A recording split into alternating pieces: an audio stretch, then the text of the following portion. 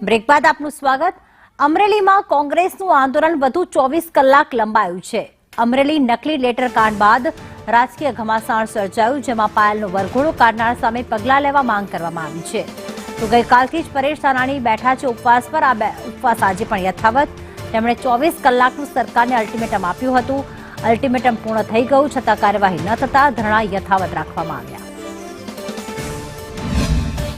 સરકાર દ્વારા જે કોઈ કાયદાનો ભંગ કરનારા લોકો છે અને હજુ સુધી સજા આપવામાં આવી નથી, ત્યારે આ આંદોલનને પરિણામ સુધી આગળ ધપાવવા માટે પરેશ ધાનાણી વધુ 24 કલાક અન્નના દાણા વગર આ ધરણાને આગળ ધપાવવાની જાહેરાત કરે છે।